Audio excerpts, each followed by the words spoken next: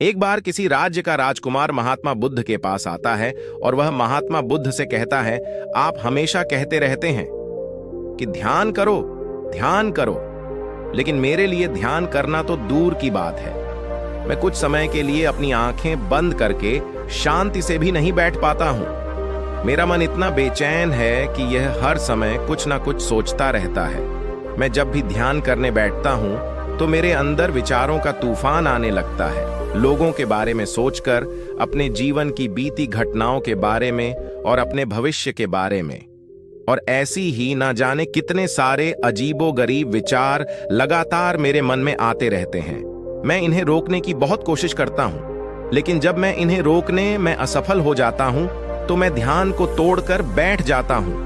इतनी बातें कहने के बाद वह महात्मा बुद्ध की ओर देखता है और कहता है, बुद्ध, आप मेरी इस समस्या का कोई समाधान बताएं। बुद्ध ने कहा, मैं क्या समाधान बता सकता हूं? सोचो, तुम्हारा ही मन है, लेकिन यह तुम्हें कुछ देर तक आंख बंद करके बैठने भी नहीं देता है। कितना आजाद कर रखा है तुमने इसे। राजकुमार ने कहा, बुद्ध, मैंने बहुत सोचा, लेकिन मुझे अपनी इस समस्या का कोई समाधान नहीं मिला, इसलिए मैं आपकी शरण में आया हूं। अब आप ही कोई रास्ता दिखाएं। बुद्ध ने कुछ देर तक राजकुमार के चेहरे की तरफ बड़े ध्यान से देखा और फिर कहा, ठीक है, तुम ये 4 आदतें छोड़ दो और फिर तुम्हारा मन लगने लगेगा। राजकुमार पूरे ध्यान लगाकर बुद्ध की बातें सुनने लगा। बुद्ध ने कहा, पहली आदत, दूसरों के मन को पढ़ना छोड़ दो। तुम और तुम्हारे जैसे ज्यादातर लोग यही गलती कर रहे हैं कि वो दूसरों की मन की बातों को पढ़ने का प्रयास कर रहे हैं कि अच्छा, सामने वाला मेरे बारे में ऐसा सोच रहा है। और यही एक आदत तुम्हें सबसे ज्यादा बेचैन और परेशान कर रही है। ज्यादातर उत्सवों पर लोग दूसरों के मन की बातों को गलत और नकारात्मक तरीके से ही पढ़ते हैं। जैसे कि लोग अक्सर सोचते हैं कि दूसरे लोग उनकी तरक्की से जलते हैं, उसे नीचा दिखाना चाहते हैं, उसे पसंद नहीं करते, उसकी मदद नहीं करना चाहते, और ऐसी ही ना जाने कितनी सारी नकारात्मक बातें ये लोग दूसरों के प्रति अपने अंदर बैठा लेते हैं। फिर उनके बारे में ही सोचते रहते हैं, उनसे बदला लेने के तरीके सोचते रहते हैं, उन्हें नीचा दिखाने के मौके ढूंढते रहते हैं, और दूसरों के प्रति यही नकारात्मक सोच इन्हें दुखी करती है। और फिर ये लोग बेचैनी महसूस करते हैं। इसलिए दूसरे लोग क्या सोच रहे हैं इसका अनुमान लगाना बंद करो। दूसरे लोगों के विचारों को पढ़ने की कोशिश करना बंद करो। अगर पढ़ना ही है तो खुद के विचारों को पढ़ना शुरू करो कि तुम्हारे अंदर क्या चल रहा है। कहीं तुम नकारात्मक सोच, शिकायत या बुराई करने जैसी आदतों के शिकार तो नहीं हो रहे हो। बुद्ध ने कहा, दूसरी आदत ये सोचना कि असफल हो गए हो तो लोग हंसेंगे। हंसने दो लोगों को। असफलता पर हंसना तो लोगों का धर्म है, क्योंकि अगर तुम सफल हो जाते तो यही तो वो लोग हैं जो तुम्हारी तारीफ करते, तुम्हें सम्मान देते, तुम पर गर्व करते। अगर तुम अपनी सफल होने पर दूसरों से तारीफ की उम्मीद करते हो तो अपनी असफलता पर उनके हंसने से तुम्हें दुखी नहीं होना चाहिए। और समस्या ही यही है कि हम इंसान असफलता को बुरा मानते हैं, जबकि असफल होना सफल होने से भी ज्यादा जरूरी है। क्योंकि बिना असफल हुए सफल इंसान के अंदर घमंड और दूसरों को खुद से छोटा समझने की भावना पैदा करती है, जबकि असफलता हमें विनम्र रहना, धैर्य रखना और लगातार प्रयास करना सिखाती है। इसलिए असफलता को बुरा मत समझो, और अगर तुम्हारे काम में असफल होने की संभावना नहीं है तो इसका अर्थ है कि तुमने अपना लक्ष्य अपनी क्षमताओं से छोटा बनाया है। और अगर लोग तुम पर हंस नहीं रहे, तुम्हें ताने नहीं मार रहे हैं, तुम्हारी बुराई नहीं कर रहे हैं, तो तुम अंदर से मरे हुए हो। तुम अपने मानसिक सीमाओं से बाहर जाकर कुछ नया करने का प्रयास नहीं कर रहे हो, क्योंकि असफल भी वही होता है जो कुछ नया करने का प्रयास करता है। और एक बात हमेशा याद रखना, अगर तुम्हारे अंदर असफल होने का साहस नहीं है तो तुम कभी भी बड़ा लक्ष्य हासिल नहीं कर सकते जो तुम करना चाहते हो। इसलिए असफल होने और लोगों के हंसने से डरना बंद कर दो। बुद्ध ने आगे कही, तीसरी आदत, समय को काटना छोड़ दो। लोगों को लगता है कि वो समय को काट रहे हैं, लेकिन असल में समय हर बार उन्हें काट रहा है। लोगों के द्वारा समय को व्यर्थ के कामों में बर्बाद करने का केवल एक ही कारण है, और वह यह है कि उन्हें लगता है कि उनके पास बहुत समय है, जबकि सच्चाई यह नहीं है।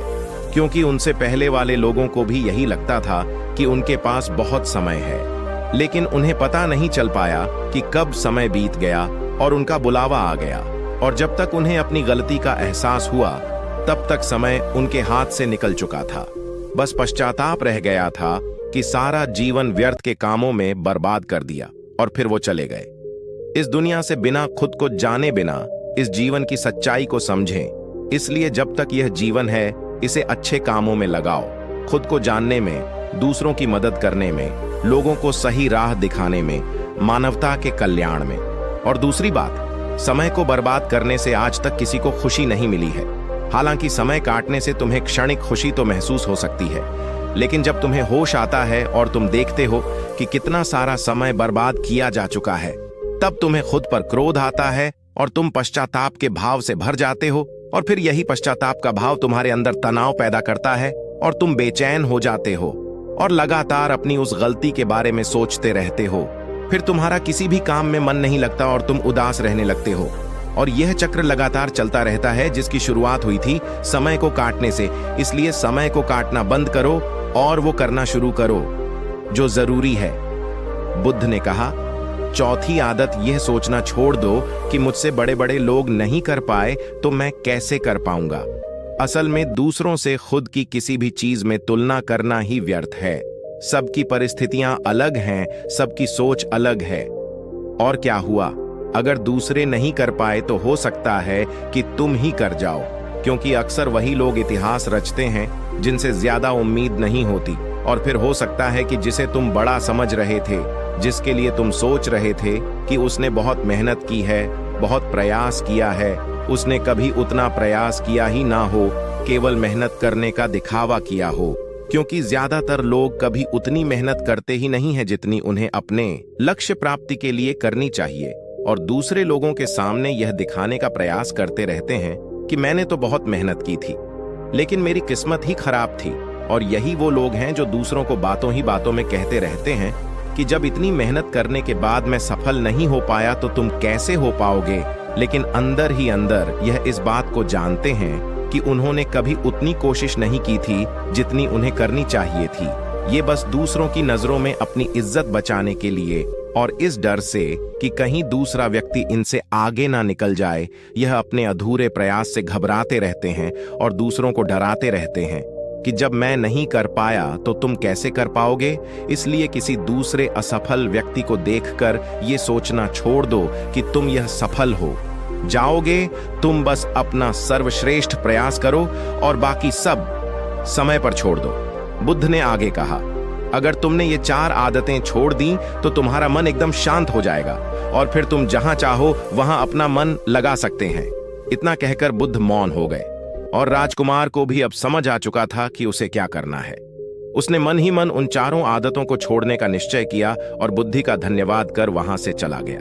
दोस्तों, इस कहानी से हमें यह शिक्षा मिलती है कि हमें यह नहीं सोचना चाहिए कि लोग मेरे बारे में क्या सोच रहे हैं। अगर मैं कोई काम करता हूं तो लोग उसे काम को लेकर हंसेंगे। इसके अलावा हमें अपना व्यर्थ ही समय बर्बाद नहीं करना चाहिए। इसके अलावा हमें कभी भी यह नहीं सोचना चाहिए कि अगर किसी व्यक्ति से कोई काम नहीं हो पाया है तो मैं उसे नहीं कर पाऊंगा। अगर दोस्तों आप मेहनत से किसी भी काम को करते हैं तो कोई भी काम छोटा या बड़ा नहीं होता और एक ना एक दिन सफलता अवश्य मिलती है।